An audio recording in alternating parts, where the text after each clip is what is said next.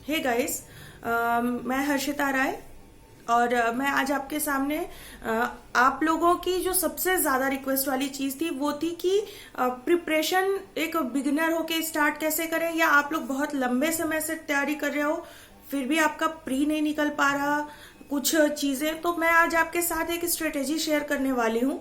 आप देख लो, अगर आप बिगिनर हो तो आप इस स्ट्रेटेजी को फॉलो कर सकते हो। अगर आप काफी लंबे समय से प्रिपरेशन कर रहे हो फिर भी आपको प्री निकलने में प्रॉब्लम हो रही है तो आप देख लो आपकी जो स्ट्रेटेजी है उसमें एक बार इस स्ट्रेटेजी को भी आप चेक कर लो रख के, आपको काफी फायदा होगा। और काफी समय से मैं वीडियोस आपको टाइम पे नहीं दे पा रही थी, ये सब आपकी काफी लंबे समय की ड्यूज रिक्वेस्ट है। पर सिंस मुझे पेपर देने के लिए ईसीजीसी का बाहर जाना था और अभी मुझे कुछ डॉक्यूमेंटेशन के लिए भी मतलब बाहर ही रहना था, तो मैं 3 दिनों के बाद आज वापस आई हूँ अपने रूम पे। काफी लंबी मेरे लिए जर्नी हो गई थी, तो अब से वीडियोस बिल्कुल टाइम पे आएंगी। इसके साथ ही इस वीडियो को आप पूरा देखिएगा, इसमें आपको स्ट्रेटेजी के साथ में लास्ट में मैं कुछ जरूरी बात भी बताऊंगी जो आप लोगों के लिए काफी जरूरी है। मतलब पढ़ाई तो जरूरी है, उसके अलावा फोकस रहना भी बहुत जरूरी है और निगेटिविटीज जो है आपके आसपास उनसे बचने के लिए। तो ठीक है, फिर स्ट्रेटेजी के साथ में शुरू करते हैं। तो सबसे पहले तो मैं आपसे ये कहूंगी कि आप अपना, जो मैंने पहले की भी वीडियो में कहा है कि आप अपना सोने का और उठने का पैटर्न सुधारो। ये सबसे बड़ी चीज है। अगर आप रात में बहुत देर तक जगते हो और सुबह में बहुत देर तक सोते हो, जो रात में आपको लगता होगा कि आप ज्यादा स्टडी कर पाते हो, पर ऐसा नहीं है। जब आप अपनी हैबिट सुबह जल्दी उठने की बना लोगे ना, तो आपके पास एक अच्छा खासा दिन का टाइम होता है और वो काफी फायदेमंद रहेगा आपके लिए। जैसे आप एक आइडियल टाइम है कि अगर आप प्रिपरेशन में हो तो आप 6 से 8 बजे के बीच में उठ जाओ, डिपेंडिंग कि आप रात में किस समय सो रहे हो। 6 से 8 बजे तक उठ जाओ। जब आप उठो तुरंत ही कुछ भी मत करने लगो, आप जो भी अपना आपका डेली का वर्क है वो सब कर लो। फिर आप जो भी कुछ खाना पीना है वो सब खा के फिर आप, एक आइडियल टाइम है कि अब आप अगर 6 बजे उठ रहे हो तो आपकी सारी चीजें 1 घंटे में निपट जाए। मतलब 1 घंटे से ज्यादा नहीं। अगर आप 8 बजे उठ रहे हो रात में देर से सोने के बाद, तो आप फिर 9 बजे से पढ़ने बैठ जाओ। 9 बजे पढ़ रहे आप जब बैठ रहे हो, सबसे पहली चीज, आप पढ़ने बैठते ही बिल्कुल भी तुरंत ऐसे कॉपी पेन लेके आपको मैथ नहीं लगाने लगनी है। आप एक अपने दिन को स्ट्रेटेजाइज करो कि आपको कैसे करना है। आप चाहो तो चीजों को नोट बना के और कर सकते हो कि नहीं, मुझे आज ये चीजें करनी है। दूसरी चीज मैं आपको कहूंगी, आप अपने पूरे दिन को 2 पार्ट में डिवाइड कर दो। जैसे कि आप फर्स्ट पार्ट में रख सकते हो कि आपको कोई एक ऑफलाइन मॉक टेस्ट लगाना है, एक ऑनलाइन मॉक टेस्ट डालना है, या आप इन दोनों को अलग अलग कर सकते हो। मैं अभी आपके साथ शेयर करूंगी। और दिन के फर्स्ट पार्ट में आप ऑफलाइन मॉक टेस्ट कर लो, न्यूज़पेपर कर लो। जैसे कि अगर आपने कुछ जो प्रैक्टिस वगैरह थोड़ी बहुत करनी है, जैसे आप कहते हो मैथ में स्पीड नहीं आ रही है, तो मैं बताऊंगी अभी आपको किन चीजों पे ज्यादा फोकस करना है स्पीड के लिए। तो वो चीजें आप इधर रख लो। सेकेंड जो पार्ट है उसमें आप जैसे आपकी अगर कोई स्पेशल सब्जेक्ट हो उस पे रख लो, कोई एक ऑनलाइन एसटी रख लो। ऐसे चीजों को आप मैनेज कर सकते हो। तो जैसे कि आपका दिन का पहला पार्ट यानी सुबह वाला टाइम, अगर आप 7 बजे से बैठ रहे हो या आप 9 बजे से बैठ रहे हो, ये आपके ऊपर है, डिपेंडिंग ऑन यू। क्योंकि अगर आप 9 बजे से बैठ रहे हो तो जाहिर सी चीज है आप रात में थोड़ा तो देर तक जगते होगे, और अगर आप 7 बजे से बैठ रहे हो, वेल एंड गुड। तो जो सबसे पहली चीज, आप अपना नॉर्मल जो भी आपका डेली का वर्क है कुछ खा पी के आप बैठे 7 बजे या 9 बजे जब भी आप बैठ रहे हो। इसके बाद में आपने क्या करना है, सबसे पहले आपने एक ऑफलाइन मॉक टेस्ट देना है। ऑफलाइन मॉक टेस्ट कैसा होता है, जैसे एक ऑफलाइन पेपर आता है, कोई भी आपके पास होगा, मैं आपको शो कर देती हूँ, 1 मिनट। हाँ, जैसे कि मेरे पास ये बुक है, इसमें ऐसे प्रैक्टिस सेट दिए हुए हैं विद क्वेश्चंस हैं जैसे कि एग्जाम में आते हैं। अगर जैसे ये आरआरबी का प्रैक्टिस सेट है तो इसमें 80 मार्क्स का पेपर आता है, 40 रीजनिंग 40 मैथ्स। तो इसमें वो बकायदा दिया हुआ है कि हाँ 80 क्वेश्चंस हैं एक सेट में, 40 मैथ के हैं, 40 रीजनिंग के हैं। आपको ये नहीं देखना है कि मैंने कौन सी ही बुक बताई है। अगर आप वो नहीं अफोर्ड कर पा रहे हो या आपको वो नहीं अवेलेबल है, आपको कोई टेंशन नहीं लेना है। आपके पास जो भी मटेरियल है आप उससे ही अच्छे से प्रैक्टिस करो। अगर आप आपके साथ ऑनेस्ट हो, आपको आपकी, मैंने कहा ना, पहले भी कहा है कि सिर्फ जो चीजें मैंने फॉलो की हैं, जो बुक्स मैंने फॉलो की हैं, वो ही आपकी सफलता की गारंटी नहीं है। आप कितनी मेहनत करते हो, कितने अच्छे से चीजों को हैंडल करते हो, इस पे आपकी सफलता डिपेंड करती है। तो आपने ऐसा एक पेपर लगाया, बिल्कुल पूरी सारी चीजें करी। जब आप उसको लगाओगे तो आप उसको टाइमर लगा के अभी मत लगाओ, क्योंकि आपको उसके साथ में काफी चीजें सीखने को मिलेंगी। ऑफलाइन प्रैक्टिस सीखने का सबसे बेस्ट तरीका होता है।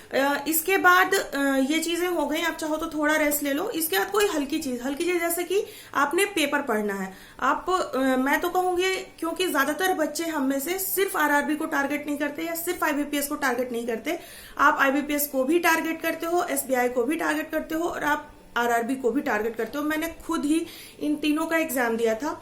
तो अगर आप ऐसे हो तो आपको एक इंग्लिश एक हिंदी दोनों न्यूज़पेपर पढ़ना है। अगर आप सिर्फ आरआरबी को टारगेट कर रहे हो और आपने सोच रखा है कि आपको हिंदी ही चूज करनी है, तो आप वेल एंड गुड, आप हिंदी के पेपर के साथ सिर्फ जा सकते हो। आपको पेपर को थॉरोली पढ़ना है। अब आप जब पेपर पढ़ रहे हो, आपको 3 चीजें कौन सी उसमें से टारगेट करनी है। पहली चीज तो है कि रीडिंग जब आप कर रहे हो पेपर की, बकायदा आपके पास एक पेन और एक न्यूज़पेपर होना चाहिए। पेन पेंसिल कुछ भी, ताकि आप चीजों को उस पर टिक कर सको। हिंदी में भी बहुत सारे वर्ड्स ऐसे होते हैं जिनका अर्थ हमें नहीं पता होता, तो आप उन चीजों को समझो। नए नए वर्ड्स जो होते हैं वो बैंक के एग्जाम में सबसे ज्यादा आते हैं, चाहे वो कोई भी बैंक का एग्जाम हो, चाहे वो इंग्लिश हो फिर या हिंदी हो, नए वर्ड्स बैंक के एग्जाम में हमेशा आते हैं। दूसरी चीज, जब ये तो हो गई आपकी रीडिंग से रिलेटेड बात और मीनिंग से रिलेटेड बात। दूसरी चीज आपको क्या टारगेट करनी है, जो आप कहते रहते हो ना कि जी ये कहाँ से पढ़े हैं, या इनसे पढ़ा फिर भी इतनी चीजें नहीं आई, इनसे पढ़ा फिर भी कुछ अलग आ गया। तो जो भी टीचर आपको पढ़ाता है वो अपने हिसाब से जरूरी चीजें सोच के आपको एक पेपर बता देता है। पेपर में क्या आने वाली चीजें हैं उसका आपको एक कंसोलिडेट फॉर्म दे देता है।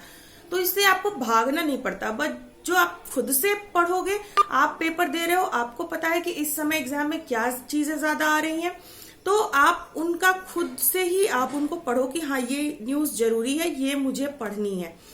तीसरी चीज है कि जब आप पढ़ रहे हो, आप ध्यान रखो कि आप एक पैसेज को एक लिमिटेड टाइम में, मतलब जो एक एडिटोरियल आप पढ़ रहे हो उसको, अगर वो एक पैसेज का एडिटोरियल है तो आप पढ़ने में ज्यादा टाइम ना लो। यहीं पे आपकी जो रीडिंग स्किल है वो डेवलप होगी और आप पढ़ पाओगे ज्यादा स्पीड से। जब आप स्पीड से पढ़ पाओगे, समझ पाओगे उतनी ही तेजी से, तो आपको एग्जाम में उसका फायदा मिलेगा। क्वेश्चन सॉल्व करने में आपको टाइम कम लगेगा। ये हो गई आपकी, चाहे वो इंग्लिश का पेपर हो चाहे वो हिंदी का पेपर हो। अगर आप दोनों पढ़ रहे हो आपको 2 घंटे लगेंगे। आप एक पढ़ रहे हो, अगर हिंदी पढ़ रहे हो तो आपको आराम से आधे घंटे में आपका कंप्लीट हो जाएगा। अगर ज्यादा भी लगता है तो कोई बात नहीं है। तीसरी चीज जो आती है दिन के फर्स्ट पार्ट में, वो ये है कि आपको जो आप कहते हो कि आपकी मैथ्स की स्पीड नहीं आ रही या ये चीजें, तो आपको क्या करना है, आपको अब जो मेन चीजें होती, मेन चीजें क्या, जैसे कि क्लर्क का, अगर अभी एसबीआई क्लर्क का एग्जाम आने वाला है तो उसमें 35 क्वेश्चंस जो होते हैं मैथ्स के, 20 मिनट में हमें 35 क्वेश्चंस दिए जाते हैं। उसमें जो मेन पार्ट कौन प्ले करता है वो होता है आपका सिंप्लीफिकेशन, जिसके करीबन 10 क्वेश्चन होते हैं। कभी कभी मिल जाता है आपको अप्रोक्सीमेशन भी इसके साथ में, या तो 10 से 15 सिंप्लीफिकेशन आ जाते हैं, या 10 सिंप्लीफिकेशन 5 अप्रोक्सीमेशन, ऐसे करके आ जाता है। और फिर इसके बाद में आपको 5 सीरीज मिलेगी, नंबर सीरीज, या तो वो मिसिंग सीरीज हो सकती है जिसमें कि कोई एक नंबर आपको पता लगाना होता है, या रॉन्ग नंबर सीरीज आ जाती है। तो ये हो गए। फिर 5 नंबर की आपको इनइक्वालिटी मिल जाएगी। हालांकि पीओ के प्री के पेपर में इन सब में से कोई 2 ही चीज मिला करती है। पिछले कुछ समय से तो यही ट्रेंड चल रहा है कि या तो अप्रोक्सीमेशन और नंबर सीरीज मिल गई, या इनइक्वालिटी नंबर सीरीज मिल गई। तो ये चीजें होती हैं। पर मैं अभी क्लर्क के पेपर के प्री की बात आपसे कर रही हूँ, तो उसमें आपको करीबन 20 से 25 यही चीजें मिल जाती हैं। इसके बाद में मिलती है एक सिंपल डीआई। डीआई के लिए बहुत परेशान नहीं होना है कि डीआई को कैसे करें, कहां से प्रैक्टिस करें। डीआई क्या होती है, मेनली जो आपने क्वेश्चंस पढ़े हैं परसेंटेज बेस्ड हो जाएगी। उनके एप्लीकेशंस होते हैं, उनको बस वो डीआई टैबुलर या बार ग्राफ इस फॉर्म में दे दिया होता है। तो शुरू में आपको इन चीजों को प्रैक्टिस करनी है। आप कहाँ से करोगे, आप गूगल पे जाके जब डालोगे कि सिंप्लीफिकेशन पीडीएफ फॉर आईबीपीएस, या फिर inequality PDF for IBPS exams, pre exams, तो आपको बहुत सारे पीडीएफ फ्री में अवेलेबल है। आप वहां से हेल्प ले सकते हो। अगर आपके पास कोई बुक है, कोई मटेरियल है, या आप किसी एजुकेटर को फॉलो करते हो, वेल एंड गुड, आप वहां से भी प्रैक्टिस कर सकते हो। और इसके बाद ये हुआ आपका दिन का पहला हिस्सा। इसके बाद अब आपके पास क्या चीजें रह जाती है, आपको टॉपिक वाइज प्रैक्टिस करनी है। आप पजल की कोई एक बुक रखो, हाँ, जो भी बुक आप फॉलो करते हो। आप कह रहे हो पजल, पजल आप जितना ज्यादा लगाओगे आपकी उसमें उतनी ज्यादा समझ डेवलप होती है। पजल एक ऐसी चीज है जो मैं मानती हूँ आपको कोई सिखाएगा नहीं।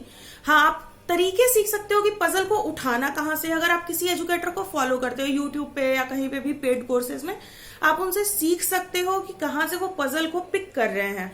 वही मेन पॉइंट होता है। अगर आपने पजल को सही से पिक किया तो उसका तुरंत वो हो जाएगा। तो आप एक दिन में एक तरीके की पजल मत लगाओ, आप अलग अलग तरीके की पजल लगाओ। जैसे आपने एग्जाम दिए होंगे अगर थोड़े भी, या आप बिगिनर हो तो मैं आपको बता देती हूँ, पजल कई तरीके की होती हैं। जैसे कि फ्लोर आ गई, लोग आ गए जो सामान बाई कर रहे हैं, एक रो वाली पजल है, एक सर्कुलर पजल है, कोई इन आउट देख रहा है। तो आपकी जैसी आप बिगिनर हो या आप थोड़ा आगे आ चुके हो, आप एक तरीके की पजल की शुरुआत मत करो। आपको एक दिन में 5 पजल लगानी ही लगानी है। अब आप उस 5 पजल में सेलेक्ट कर लो कि आपको किस टाइप की 5 पजल लगानी है। इससे क्या होगा, आप वैरायटी को सीखते चलोगे। ये हो गया आपका दिन का पहला पार्ट 3-4 बजे तक। फिर इसके बाद एक आराम से आप 1 घंटे का लंबा नैप ले सकते हो। आप नैप लो, रिलैक्स करो खुद को, बॉडी को। आपको आगे का पढ़ाई के लिए एनर्जी आ जाएगा। फिर आपका शुरू होता है दूसरा पार्ट। दूसरे पार्ट में आपको अपने मैथ्स की पर चैप्टर, पहले आप ऑनलाइन दे लो, एक मॉक टेस्ट आप ऑनलाइन अब दे लो। आप ऑनलाइन दोगे, ऑनलाइन देने के बाद आपको पता चल जाएगा कि हाँ क्या आपकी दिक्कतें हैं, क्या आपकी कमियां हैं। आपने उनको रिसॉल्व कर लिया, चाहो तो तुरंत रिसॉल्व कर लो, चाहो तो थोड़ी देर बाद रिसॉल्व करो। आपको आपकी कमियां पता चल गई कि मैथ है या रीजनिंग है, उसमें आपका कौन सा पार्ट कमजोर है, इंग्लिश में आपका कौन सा सेक्शन कमजोर है। इसके बाद अब आप जाओ टॉपिक वाइज उन चीजों को क्लियर करने पे। जैसे अगर आपका मैथ में परसेंटेज में क्वेश्चन बनाने में आपको टाइम लग रहा है या हो रहा है, आप किसी भी एक एजुकेटर को या तो यूट्यूब पे ले लो या आपके पेड कोर्सेज से। मैंने जिस एजुकेटर को फॉलो किया था, अगर वो आपको जानना है, वो मैंने अपनी पुरानी वीडियोस में बताया हुआ है, आप उन्हें देख सकते हो। हाँ, अगर आप किसी को फॉलो करते हो, बहुत अच्छी चीज है। कभी भी आप ये मत, मैं फिर से कह रही हूँ, आपको ये नहीं सोचना है कि आप इसी तरीके से सक्सेस पा सकते हो। आप बस अपनी तैयारी को अच्छे से रखो, सक्सेस आपको मिलेगी और जरूर मिलेगी। तो आप उस एक चैप्टर को पकड़ लो, उस चैप्टर को आप पढ़ो। अगर आपने पढ़ लिया है एजुकेटर से, आप उस चीज पे प्रैक्टिस करो। उनकी पीडीएफ है, उससे करो। कोई बुक आपके पास है, उससे करो। प्रैक्टिस करके वहां से आप मैथ पे आ गए, मैथ से आप इंग्लिश पे आओ। इंग्लिश में आपको एग्जाम में चीजें क्या मिलती हैं, एक आपको पैसेज मिलता है 1 से 2, एक आपको सेंटेंस रीअरेंजमेंट मिलता है, एक आपको मिलता है वन वर्ड फिलर। तो वन वर्ड फिलर जब आप पेपर पढ़ते हो ना, वहां से आपके वो टारगेट हो जाते हैं, क्योंकि जब आपको वर्ड मीनिंग पता होती है आप उसको बहुत आराम से भर ले जाओगे, उसमें कोई दिक्कत नहीं होती। एक होता है कॉलम, 2 कॉलम दिए होते हैं, उनमें 3-3 सेंटेंस दिए होते हैं, हमें बताना होता है कि कौन सा किससे मैच कर रहा है या कोई भी किसी से नहीं मैच कर रहा है। तो इस टाइप के क्वेश्चन आते हैं। इस टाइप के क्वेश्चन को आपके पास जो भी इंग्लिश की बुक हो, प्रैक्टिस बुक, उससे आप टारगेट कर सकते हो। आप चाहो तो क्विज से कर सकते हो, क्विज भी छोटे छोटे मिलते रहते हैं बहुत सारी साइट्स पे, बहुत सारे एप्स पे आपको क्विज अवेलेबल है, तो आप वहां से प्रैक्टिस कर सकते हो। ये हो गया आपका मैथ, इंग्लिश। अब आपकी आती है रीजनिंग। रीजनिंग में आप कौन से टॉपिक में मुश्किल कर रहे हो। जैसे आपके सिलॉग्स और इनइक्वालिटी जब आप कर रहे हो, आपको पता होना चाहिए कि आपको एग्जाम में इस समय तो इन दोनों में से एक ही मिल रहा है। अगर आपको दोनों मिलता भी है तो भी आपको कम से कम टाइम देना है। तो आपको इन चीजों पे प्रैक्टिस थोड़ी थोड़ी करनी है। डायरेक्शन, ये वो चीजें हैं जो आपको यू नंबर दिलाएंगी। तो ये जो छोटे छोटे टॉपिक्स है ना, ये इसमें तो आपको बिल्कुल भी नहीं फंसना है। डायरेक्शन हो गया, ब्लड रिलेशन हो गया, इन पे भी आपको काफी प्रैक्टिस करनी है। पजल की सेंस आप प्रैक्टिस कर चुके हो, तो अब इस टाइम में आप अपने मशीन इनपुट पे या इन चीजों पे फोकस कर सकते हो कि मशीन इनपुट को कैसे करना है। बातों को मतलब आप अपनी और जो चैप्टर्स हैं जैसे रैंक, आर्डर रैंकिंग और इन चीजों को आप इसमें पढ़ सकते हो। काफी चीजें हो गई इतनी सारी, ये आपकी प्री की प्रिपरेशन हो गई। इसके साथ में जैसे मैंने आपको कहा कि आपको अपनी मेंस की प्रिपरेशन साथ में थोड़ी सी चालू रखनी है। तो मेंस में जो सबसे अलग चीज होती है वो क्या होती है, जीए। आप अपनी जीए को अभी से प्रिपेयर रखो। जब मेंस का टाइम आएगा आपके पास बहुत अच्छा टाइम होगा कि आप कैसे उन चीजों को, जो टफ पजल्स हैं उनको कैसे सीख सकते हो, क्या चीजें आपको एग्जाम में ऑप्ट करनी है नहीं करनी है। तो इसलिए जीए को आप आज से और अभी से शुरू कर दो। कम से कम आज की डेट का तो जीए आपको पता होना चाहिए, कल की डेट, परसों की डेट, इस तरह चीजों को। अगर आपको नहीं याद होता चीजों को, सिर्फ सुनने से आपको कोई चीज जरूरी लगती है तो आप उनका शॉर्ट नोट्स बना सकते हो। पर जितना ज्यादा, जितनी बारी आप एक चीज को सुनोगे उतना ज्यादा वो आपको याद होता है। विद दिस गाइज, ये मेरी स्ट्रेटेजी थी। इसके साथ ही मैं आपको कहना चाहूंगी कि आप में से बहुत लोग कहते हो ना कि लोग बहुत बोल रहे हैं या अभी तक नहीं हुआ कुछ भी सिलेक्शन, तो क्या होगा क्या नहीं होगा। पर मैं आपसे बस एक चीज कहना चाहूंगी कि आपने कभी चींटियों को देखा है? सबने देखा होगा। चींटी के सामने अगर आप एक मुट्ठी बालू भी रख दो ना और उसके पास में थोड़ी सी उस बालू में चीनी घुसा दो, वो चींटी उस पूरे बालू के ढेर में से ना सिर्फ और सिर्फ चीनी को ढूंढेगी। क्यों? क्योंकि उसके लिए उस चीनी से मतलब है, वो बालू के ढेर का उसके लिए कोई मतलब नहीं है। तो आपके पास जितनी निगेटिव, जितनी भी जैसे भी लोगों के मीन कमेंट्स या जो भी चीजें आ रही हैं, आप उन सबको एक किनारे कर दो। जिससे आपको पॉजिटिविटी आ रही है आप उसकी सुनो, उसकी बातों को समझो, उसकी चीजों से जो आपको फायदा मिलता है उसको ले लो, बाकी चीजों को आप छोड़ दो। वीडियो बहुत लंबी हो चुकी है, उम्मीद है इस वीडियो से आप सबको काफी फायदा होगा। With this guys, I am signing out. Love and peace from me to you. Thank you.